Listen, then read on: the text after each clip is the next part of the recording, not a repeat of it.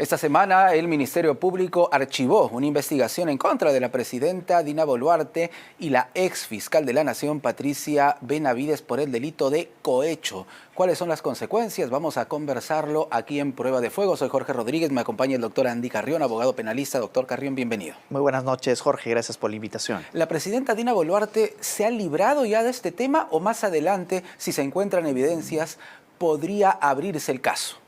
Bueno, si bien es cierto, al menos los hechos que vinculan a esta investigación del intercambio de favores ya ha sido archivado, eso no significa de que no pueda reabrirse en adelante, ¿no? Pero claro, existen presupuestos importantes para que una causa pueda ser reabierta.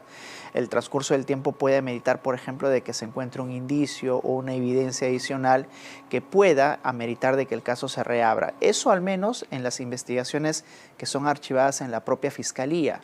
Pero son, digamos, más probables las investigaciones que son archivadas en el Congreso de la República, es decir, más probabilidades de que se reabran, porque la misma Fiscalía podría insistir, terminando este periodo legislativo, con una denuncia, pero ya cuando la propia presidenta no se encuentra dentro del ejercicio de sus funciones y también cambia el legislativo, porque recordemos que finalmente es una decisión política la del archivo en cuanto a aquellas que son archivadas por el Congreso de la República. Definitivamente. Hay que recordar que esto nace a raíz de una versión de Jaime Villanueva, ex asistente de la ex fiscal de la Nación, Patricia Benavides, quien señaló que Benavides y la presidenta Dina Boluarte se reunieron, correcto, y concertaron una suerte de intercambio de favores.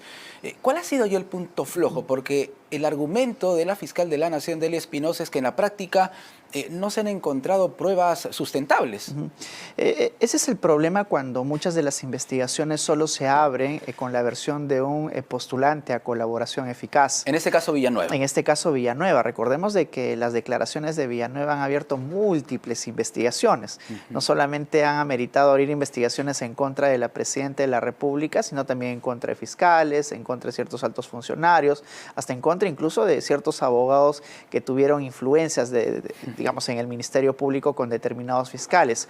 Eso está bien para iniciar una investigación, pero alguien que se somete a un procedimiento de colaboración eficaz, Jorge, también tiene que aportar las evidencias que sustentan sus dichos. Claro, y ese es el principal inconveniente, porque a veces se anuncian con bombos y platillos, ¿verdad?, que el colaborador señaló a tal persona que recibió una coima o hubo un intercambio de favores, pero a la hora de la verdad, es decir, cuando ya en la Fiscalía se encuentra en curso la investigación, ya no basta el dicho de un colaborador. Tiene que probarlo.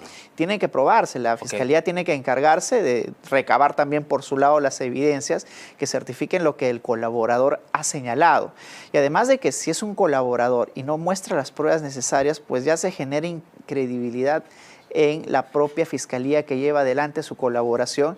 Y el problema que surge ahora en contra del colaborador es primero que no accede a esa colaboración y que se le puedan abrir las investigaciones de las cuales él intentaba archivar precisamente a raíz de su colaboración. Sin embargo, el doctor Capuñay, abogado de Jaime Villanueva, ha dicho que Villanueva todavía tiene muchas cosas que decir sobre la presidenta Dina Boluarte, lo dijo aquí en Prueba de Fuego, y que incluso parte de este contenido ya lo tiene en sus manos el Ministerio Público, que podría abrir nuevas carpetas. Y tendrían que aportar ya todas las pruebas de una vez, porque recordemos de que existe ya una norma que antes no estaba vigente y que el Congreso recién ha tomado cartas en el asunto de que hay un plazo perentorio para que un colaborador se someta a un procedimiento de colaboración.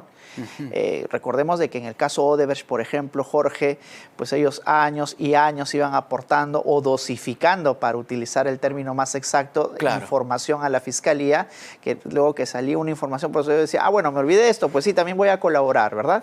Pero a raíz de ello el Congreso emitió una norma en las cuales solamente tienen un tiempo perentorio. 8 meses dura un procedimiento de colaboración eficaz.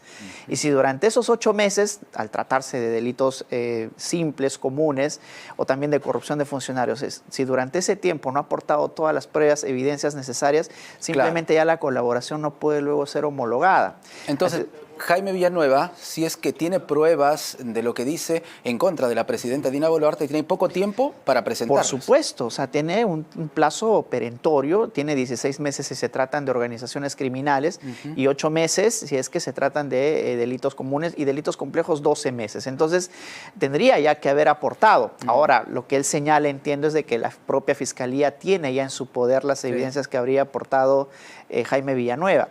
Bueno, debe ser también estrategia de la Fiscalía qué pruebas selecciona o qué evidencias para abrir o sustentar qué investigaciones.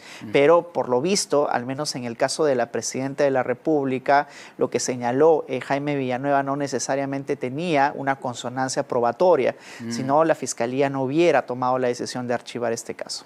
Sin embargo, la situación de este caso y de otros, cuando hablamos de investigaciones en contra de la presidenta, se encuentran en este momento literalmente en manos del Tribunal Constitucional por la demanda competencial que ha presentado precisamente el Ejecutivo. ¿Qué puede pasar? Luz Pacheco, la presidenta del Tribunal Constitucional, ha dicho que vamos a saber la respuesta, el voto correcto, antes de que se inicie mayo. En pocas palabras, ya mismo. ¿Qué podemos esperar los peruanos? Bueno, la demanda competencial se inició precisamente a raíz de las múltiples investigaciones que tenía en curso la Presidenta de la República, Dina Boluarte. Tanto en el gobierno de Vizcarra como en el gobierno de Pedro Castillo, digamos, no se había cuestionado ello, porque la interpretación de la Fiscalía había variado. Al inicio recordemos de que los alcances del artículo 177 de la Constitución, aquella que señala que solo se puede acusar a un presidente bajo determinadas circunstancias. Claro, ese artículo que blinda a la figura presidencial. Que blinda la figura presidencial había sido interpretado, el 117, perdón, había sido interpretado de manera muy restrictiva. Es decir, un presidente no podía ser investigado en el ejercicio de sus funciones. Pero luego esa interpretación se fue flexibilizando. Sí se abrían investigaciones, pero simplemente se suspendían hasta que el presidente deje el ejercicio del cargo. Y luego ya se sustentó la idea interpretativa a partir de las múltiples investigaciones que abrió precisamente Patricia Benavides en contra de Pedro Castillo, de que incluso un presidente en ejercicio de sus funciones podía ser investigado. Y es más, eso fue avalado por la propia Corte Suprema, porque en uno de los recursos que se presentó, la Corte Suprema dijo, ni siquiera el presidente de la República está por encima de la ley. Y claro, ahora vino el gobierno de Dina Boluarte y de pronto algunos que defendieron esa idea en el gobierno de Pedro Castillo cambiaron de posición.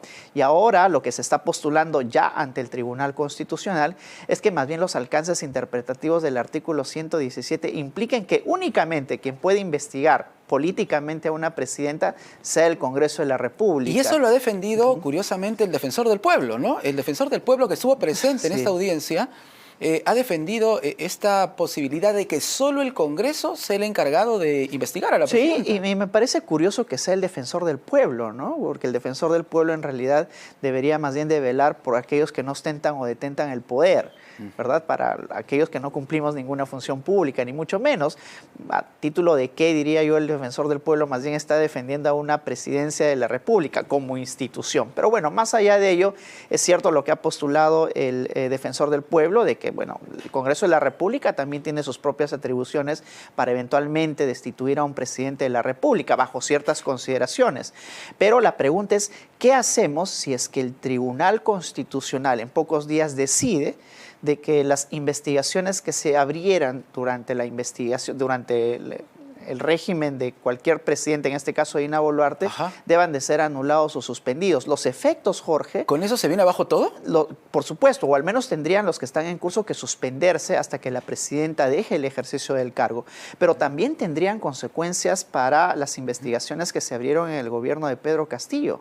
De hecho, el día de hoy, él tiene una medida de prisión preventiva por investigaciones que se iniciaron en el ejercicio del mandato de Pedro Castillo. Entonces, si hay igual razón, también hay igual derecho. Si es que Dina Boluarte reclama para sí esta decisión positiva del Tribunal Constitucional y al parecer apunta que en efecto le van a dar la razón, pues también este derecho, es decir, esta decisión que aborde el Tribunal Constitucional tendría que ser valedero para Pedro Castillo. Entonces, ¿podría cambiar la situación del expresidente Pedro Castillo por esa decisión del Tribunal Constitucional? Salvo el Tribunal Constitucional, porque es una decisión que recién vamos a conocer, ponga un candado en base al principio de legalidad, es decir, que solamente cuando ellos interpreten, es decir, al momento de emitida la decisión, pueden suspenderse las investigaciones, pero no valer retroactivamente para los casos, por ejemplo, que se abrieron en contra de Pedro Castillo. Esa podría ser una salida intermedia, quizás salomónica, para evitar de que Pedro Castillo pueda, digamos, ser liberado a raíz de investigaciones que se iniciaron cuando él era presidente de la República. Bueno, hay que estar muy atentos a la decisión del Tribunal Constitucional. Es una decisión trascendental porque de ello va a depender también si los próximos presidentes de la República pueden o no ser investigados en el mandato que van a ejercer. De hecho, que yo recuerdo ahí una alegación o la intervención de uno de los tribunos que dijo, ¿cómo es posible que la presidenta tenga hasta 19 carpetas abiertas, verdad? Y ese, claro, porque la presidenta en lugar de gobernar, más bien está despachando todo el tiempo con sus abogados, ¿verdad? Algo que sucedía también en su oportunidad con Pedro Castillo. Sí, es cierto. Vamos con otro tema. El doctor José Domingo Pérez, como ya todos sabemos, ha sido suspendido por Juan Fernández del órgano nacional de control del Ministerio Público, pero Delia Espinosa, la fiscal de la Nación, ha terminado también por presentar un recurso en contra de Fernández. ¿A dónde nos conduce esto? Porque algo está pasando al interior del Ministerio Público también. Bueno, ya desde hace algún tiempo, incluso desde Chávarri, cuando era fiscal de la Nación, Jorge, hemos visto estas luchas de poder intestadas en el Ministerio Público, ¿no? José Domingo Pérez, por un lado, conjuntamente con Rafael Vela y el equipo especial, versus casi todo el Ministerio Público, incluido un fiscal de la Nación. Y yo creo que esas luchas intestadas no han parado con la exclusión de Chávarri de la Fiscalía de la Nación y también de la Fiscalía en general, sino que se han ido manteniendo en el tiempo. Tal es así ahora que ese enfrentamiento, a raíz de la incorporación de la Autoridad Nacional de Control, ya se ha dispersado más bien hacia aquellos quienes toman la decisión respecto, por ejemplo, a suspender a un fiscal o a destituirlo.